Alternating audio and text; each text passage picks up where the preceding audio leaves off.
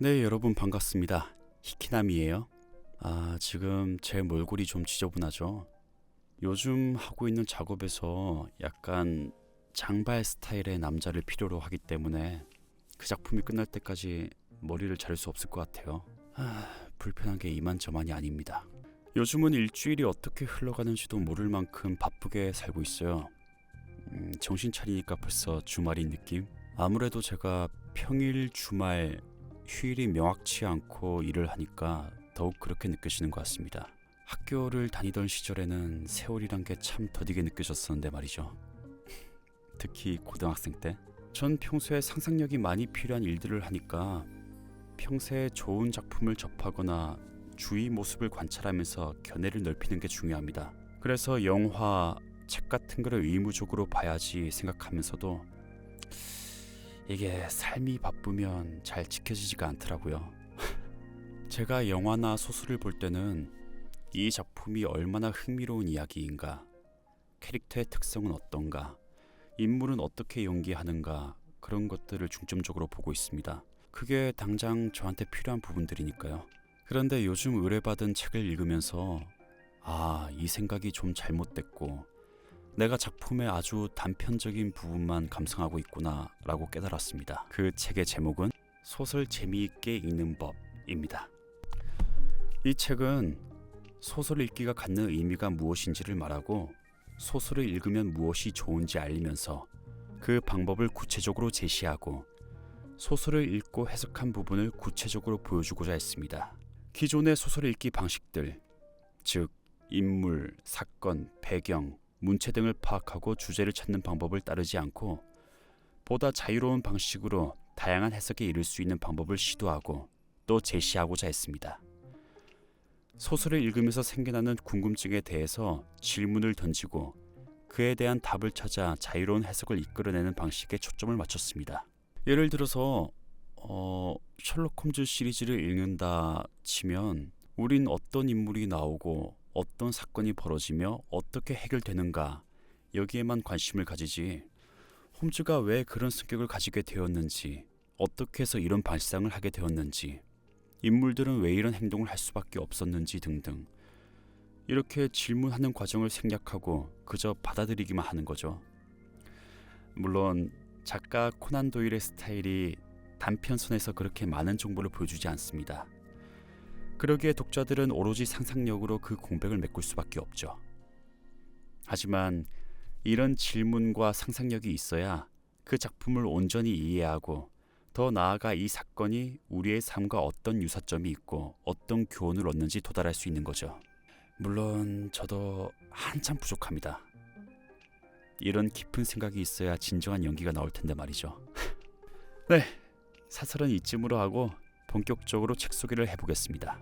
소설 재미있게 읽는 법, 작가는 조현행, 출판사는 생애입니다. 그럼 작가 소개를 하겠습니다. 작가 조현행, 주로 문학을 읽고 그에 대한 글을 쓰는 책벌레이다.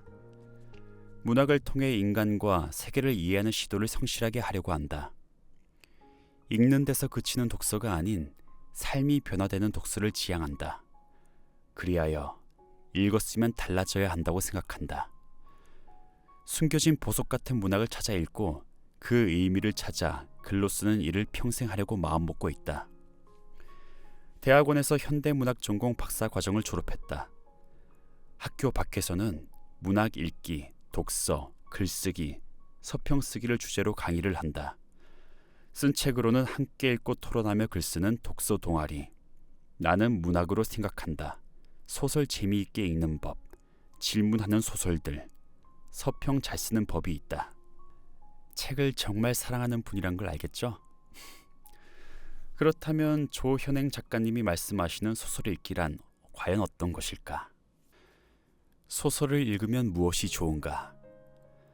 한 인간을 온전히 이해하는 일은 겉으로 드러난 표면적이고 단편적인 부분으로 가능한 것이 아니라 그의 생각과 행동을 자세히 들여봐야 비로소 가능해진다.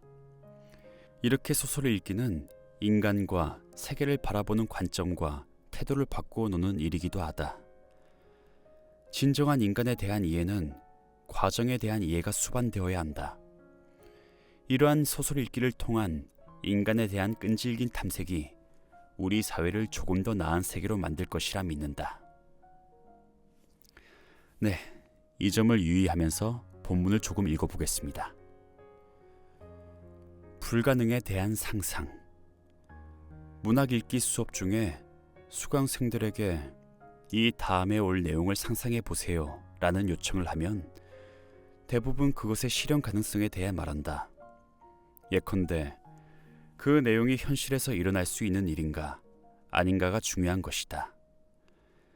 현실에서 벗어나는 상상을 하면 단박에 에이, 그건 말도 안 돼요 라는 응답이 되돌아온다. 분명히 상상한 것을 말해보세요 라는 주문을 했는데도 말이다. 이것이 문학을 읽는 독자들의 일반적인 반응이다. 그러니까 우리가 하는 상상은 현실이란 가능성 안에서만 허용되는 상상이다.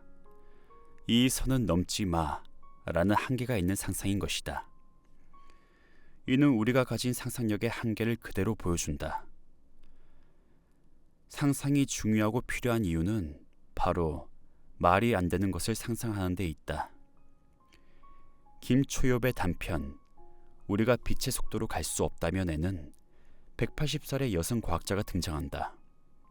그 노인은 냉동 수면 기술, 즉 딥프리징 기술에 참여했던 연구자이다. 안나라는 그 노인은 바로 자신이 기술을 이용해 180살까지 생명을 연장하면서 살아간다. 이런 기술에 발맞춰 우주 개척 시대의 서막이 열렸다. 인류는 언제든지 우주로 우주선을 쏘아 인간이 살만한 행성으로 사람들을 실어 나르게 되었고 또 그곳에 정착해서 살 수 있는 시대가 된 것이다. 안나는 우주에 가서 살아보기로 하고 남편과 자식들을 먼저 슬램포니아라는 행성으로 보낸다. 연구 때문에 정신이 없이 바빴던 안나는 학교에서 발표가 끝나는 대로 가족의 뒤를 따르기로 했다. 그러나 이 무슨 운명의 장난인가. 일이 끝나자마자 슬램포니아로 가려 했던 안나의 계획은 무산되고 만다. 슬램포니아 우주선의 운항이 갑자기 중단되는 일이 일어난 것이다. 안나는 운항사에 항의도 해보고 이런저런 방법을 시도해보지만 모두 실패하고 만다. 안나는 그렇게 혼자 남게 된다. 이때부터 안나의 기나긴 기다림이 시작된다.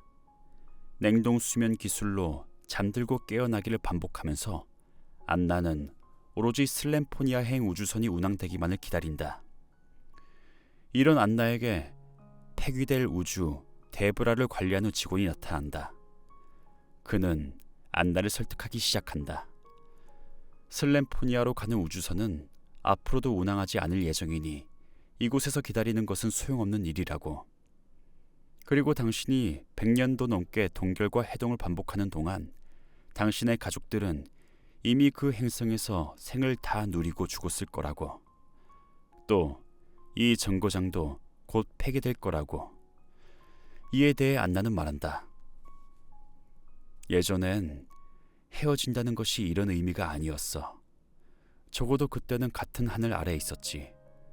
같은 행성 위에서 같은 대기를 공유했단 말일세.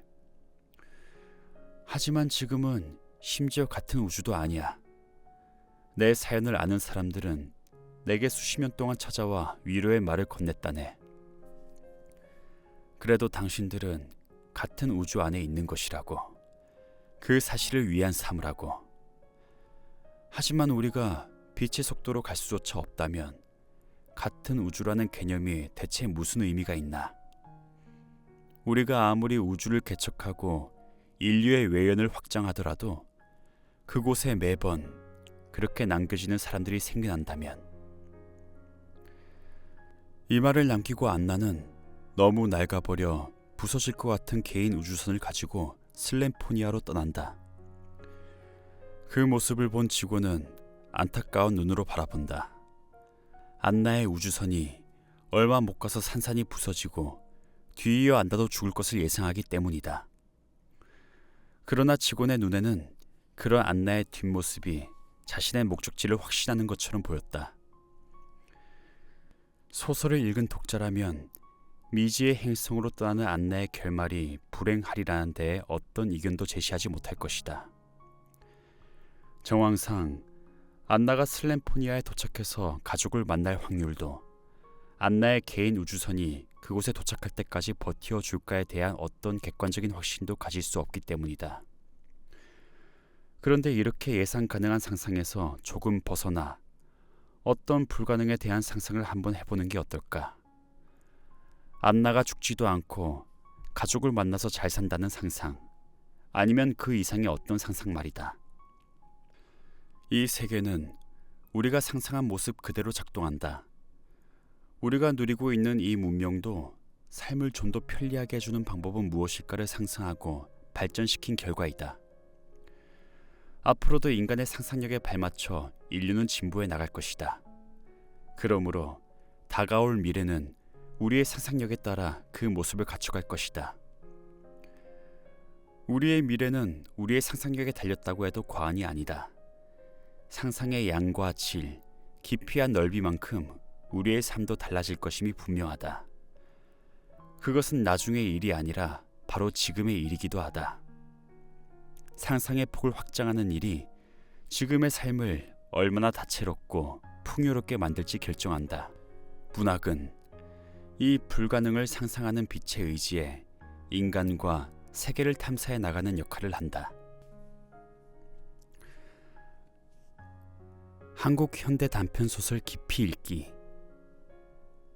최진영, 겨울방학. 태어나 줄곧 도시의 아파트에서만 살아온 이나는 9살이 되던 해 겨울방학을 맞아 시골 변두리에 있는 고모네 집에서 지내기로 한다. 아빠는 이나를 고모에게 데려다 주면서 언제든 집에 돌아오고 싶으면 전화를 하라는 말을 남기고 떠난다. 그때부터 이나는 고모와 둘이서 살게 된다. 이나가 보기에는 고모는 이상하면서도 재미있는 사람이었다. 이나와 둘만 있을 때는 고모는 어른인데도 아이처럼 말했고 아이처럼 어지럽히고 질문을 하며 공중공중 뛰었다. 이나는 그런 고모가 싫지 않았다. 이나가 보기에 고모는 좀 많이 가난한 사람이었다. 이나 집에는 세 가족의 신발이 50켤레도 넘었지만 고모네 신발은 달랑 2켤레뿐이었고 고모 집은 아파트도 아니었으며 집에 텔레비전도 침대도 없었다. 그리고 통장에 돈도 없는 눈치였다.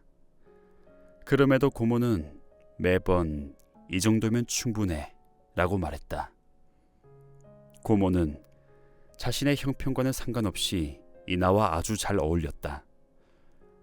이나는 고모와 롤러스케이트장에도 가고 패밀리 레스토랑에서 저녁을 먹고 코인 노래방에서 노래를 부르고 춤도 추며 놀았다. 큰 서점 구경도 함께 갔고 보드게임 카페에서 게임을 했고 만화방과 목욕탕에도 갔다. 김밥을 말아먹고 만두를 빚어 먹었다. 기차를 타고 바다에도 다녀왔다. 그런데 이렇게 고모가 자기와 놀기를 선택한 순간부터 이나는 고모의 가난을 생각하지 않았고 고모의 신발도 신경 쓰지 않게 되었다. 이상한 일이었다. 이제 어른이 된 이나는 고모와 함께한 그 겨울을 떠올릴 때마다 묘한 기분에 빠졌다. 그것은 설명하기 어려운 것이었지만 그때 고모의 그 미소가 행복해 보였다는 것만은 확실히 기억한다. 그리고 이제는 정말 알 것도 같다. 고모가 중얼거리며 했던 이 정도면 충분해 라는 말의 의미를. 고모에게 가난은 그리 큰 문제가 되지 않았다는 것을. 어쩌면 고모의 그 중얼거림은 삶에서 정말 중요한 것이 무엇인지를 스스로 알게 하는 고모만의 방식이었다는 것을. 일부러 부족함을 경험하려고 하는 사람은 없을 것이다. 그러나 어쩔 수 없는 것이었지만 고모는 기꺼이 결핍을 누리는 삶을 선택했다. 그러면서 고모는 부족한 삶도 꽤 괜찮다는 사실을 알게 되었고 그러다 보니 정말로 그 정도면 충분한 상태가 되어버렸다. 아니, 부족한 삶이 더 행복했다. 무엇인가를 채우는 삶보다는 덜어내는 삶이 훨씬 고모에게 더 많은 삶의 여유를 선사해 주었다. 고모가 싸워야 할 것이 있다면 가난 그 자체가 아니라 채우지 않아서 생기는 불안이었다. 그러니까 이 정도면 충분해라는 고모의 말은 가난이 주는 불명확한 불안으로부터 자신을 탈출하는 해방의 언어였다는 사실을 어른이 된 이나는 어렴풋이 깨닫는다. 이제 고모는 가난에 휘둘리지 않게 되었고 그것으로부터 조금 자유로워졌을 거라고. 풍요의 시대다. 어디를 가던 볼거리, 먹을거리, 즐길거리가 넘쳐난다. 그런데 이 풍요로움 속에서도 왠지 모를 공허를 느끼며 살아가는 사람들에게 정작 필요한 것은 더 채워 넣으려는 욕망이 아니라 빈 공간을 마련하려는 노력이 아닐까. 소설은 풍요가 우리를 정말로 행복하게 하는가에 대해서 질문하는 동시에 결핍은 정말로 우리를 불행하게 만드는가를 따진다. 끊임없이 채우기만 하는 과잉의 삶은 육체든 정신이든 터질 듯한 비만의 상태로 우리를 몰아갈 뿐이다. 조금 덜어내고 비워내야 그나마 삶에 조그만 빈틈이라도 생기지 않겠는가. 그래야 그 빈 공간에 들어가 사람이 쉴 수 있지 않겠는가. 삶에 대한 의지와 생각들도 그 빈틈에서 생겨나지 않겠는가 라고 말이다. 네, 본문은 여기까지 읽겠습니다. 이제 소설을 어떤 방식으로 읽어야 하는지 대충 감이 오시나요? 저도 소설을 좋아하는 편인데 작품을 읽을 때마다 그저 남일을 보고 있다고 생각했고 제 삶에 접목해보려는 시도는 못해봤습니다. 경험 못해본 남의 일을 공감하고 자기화했을 때야말로 인생이 정말 풍요로워지는 법인데 말이죠. 이 책을 만난 것은 전 감사하게 생각하고 있습니다. 이 책을 보고 이제서야 소설을 깊이 있게 읽음으로써 저의 생각과 삶은 더욱 성장할 테니까요. 물론 그에 따라서 연기도 더욱 잘하게 될 거고요. 아무래도 삶이 바쁠수록 남일에 신경을 쓸 마음의 여유가 없어지는 것 같습니다. 사사건건 푸념만 하는 사람 곁에서 감정의 쓰레기통이 되자는 말이 아니고 하나의 인간상을 객관적으로 시작해서 주관적으로 받아들이면서 교훈을 얻고 우리의 가치관을 성장할 수 있는 그런 어른이 되자는 겁니다. 물론 저도 함께 노력하겠습니다. 네, 그럼 책 소개는 여기까지고요. 이렇게 멋진 책에 나눔 이벤트 공지가 있겠습니다. 7월 31일까지 제 채널을 구독하신 다음에 지금 영상에 댓글과 좋아요를 눌러주시면 8월 1일 추첨을 통해서 총 3분께 소설 재미있게 읽는 법 한 부씩을 보내드리겠습니다. 그럼 들어줘서 고맙고요. 모두 좋은 밤 되시길.